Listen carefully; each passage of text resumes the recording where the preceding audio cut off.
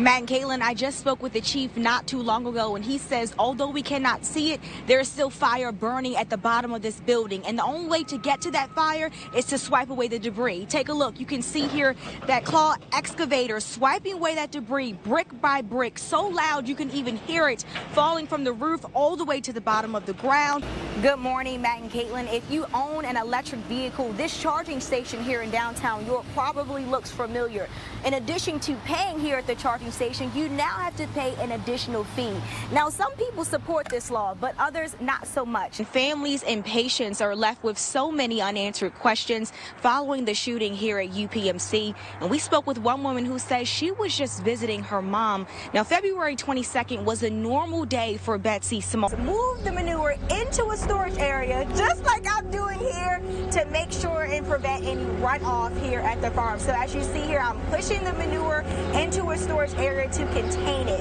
Now I have Mitch Schellenberger joining me. He's with Shalimar Acres. Mitch, why is this process so important? Well, a lot has changed in the past 12 hours. This area that I'm standing in right now was underwater, which caused Willow Mill Park Road here behind me to close for hours. You can still see the road closure sign there, but I want to show you how high the water still made a try. The girl said this was the mango lemonade, and I think it's good, but I'm going to see and tell you for myself.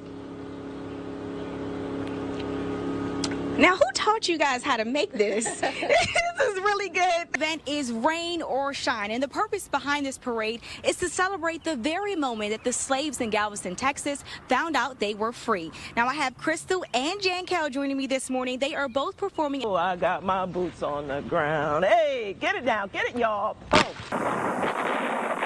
It was the year 1944.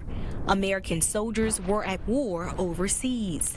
Being more than 5,000 miles away from loved ones, a message from home meant everything. Two things you don't mess with for a soldier. You don't mess around with their food, you don't mess around with their mail. And it was a mess. The mail got backed up for 2 years, and the military needed to figure out how to fix it. You don't have sufficient other service forces of your traditional mail forces to deal with it. So here's an opportunity now for the Women's Army Corps, and specifically a minority unit, the Black American unit within the Army, to come and fill this void and take care of the situation that's developed over a couple of years. For the first time, the Army brought in more than 800 minority women under the leadership of Captain Charity Adams to attempt to clear the backlog. One of those women, Susquehanna Valley native Ruby Wilson Wilkerson, never imagined serving in the Women's Army Corps would lead to sorting mail. They didn't realize what they were going to be doing exactly. But when she got there, they found out that the previous WACs that were there, things didn't get done. And Miss Charity Adams was the one that said, I think my WACs, we could do it. And they did. Today, her children tell her story. Wilkerson and the 6th AAA unit set sail to Europe. And he was weaving in and out. All these mines bouncing up and down in the water. And when they arrived to a backlog of more than 17 million pieces of mail. She's like, how are we going to get this stuff out? What are we going to do? But with Charity Adams and all of them getting together and set up a schedule, and they work around the clock. 24 hours a day, 7 days a week. Working around the clock in unpredictable conditions, the group managed to sort letters and packages even without a clue who sent it. It was rat infested. It was cold. Things had to be changed around for their accommodations for all the women. They were ordered to complete the task in 6 months.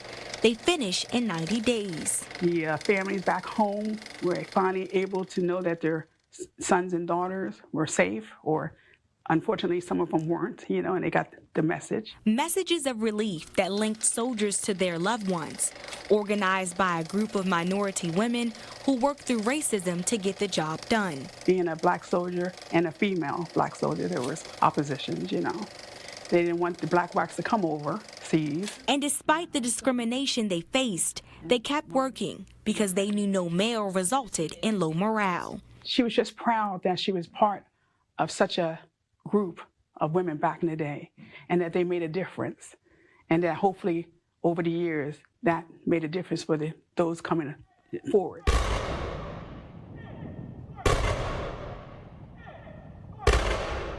A legacy left for her children to be proud of, an inspiration for minority women captured in this quote from the film about the 688. Soldiers, you do not have the luxury to be good. You have the burden to be better. Strong. Strong.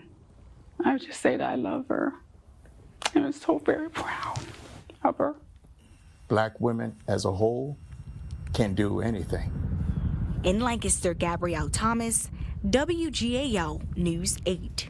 This is looking good across the Susquehanna Valley. I'm not seeing any major slowdown, so you should be good. A lot of green on my map, so you know what that means. A smooth commute for you this morning. Here's a look at those 422, 322 speeds. Let's start with 422 westbound. Took effect overnight, while higher reciprocal tariffs on certain countries are set to kick in on April 9th.